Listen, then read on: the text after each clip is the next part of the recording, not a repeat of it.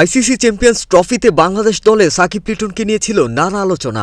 সাকিব দলে থাকছেন না তা আগে থেকে আঁচ করা যাচ্ছিল, তবে লিটন থাকবেন কিনা তা নিয়েছিল নানা জল্পনা কল্পনা। অবশেষে বাদই পড়লেন এই ওপেনার, তবে পারভেজ হোসেন ইমনকে নিয়ে চমক দিল বিসিবি।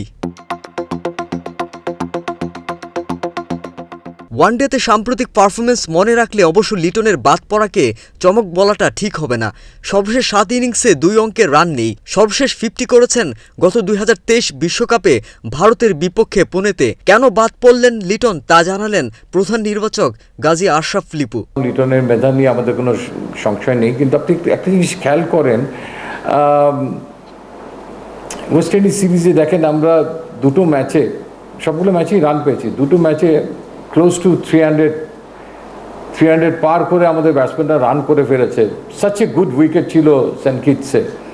একটা ব্যাটসম্যান জন্য ওইখানেও যখন ফেল করে যায়, then it's too difficult to keep confidence on him on that situation. Parvez Hossain ইমনকে নিয়ে বড় ধরনের চমক দিল বিসিবি। মূলত লিটন বাদ পড়ায় ভাগ্য খুলে গেছে এই বাঁহাতি ব্যাটারের। যে প্লেয়ারটাকেই সবচেয়ে যোগ্য উপযুক্ত মনে করে তাকেই খেলায়। অনেক সময় সে কারণে হয়তো আপনি দেখতে পারেননি ইমনকে, বাট কোনো কোনো ক্ষেত্রে দল গঠনের সময় আমাদেরও মনে হয় যে এই প্লেয়ারটা কার্যকর ভূমিকা রাখতে পারে। আমরা তাদেরকে সঙ্গে ডিসকাশন নিশ্চয়ই একটা আলাপে যাই এবং গিয়ে কেন তাকে আমরা নিচ্ছি সেই যৌক্তিকতাটা তুলে ধরার চেষ্টা করি। হয়তো আপনি দেখেছেন যে ওমানে সম্ভবত ইমার্জিং T20 হলো, ক্রিকেট হলো, সেখানে হয়তো ওয়ানডে ছিল না, but we are talking about the approach.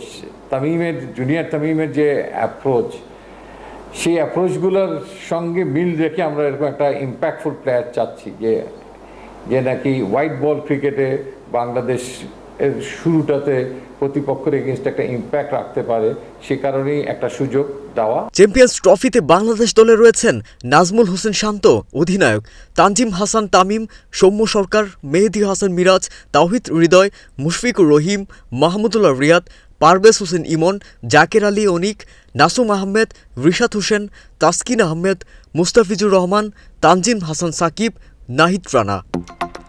Saiful Islam Sunny, sports mail 24।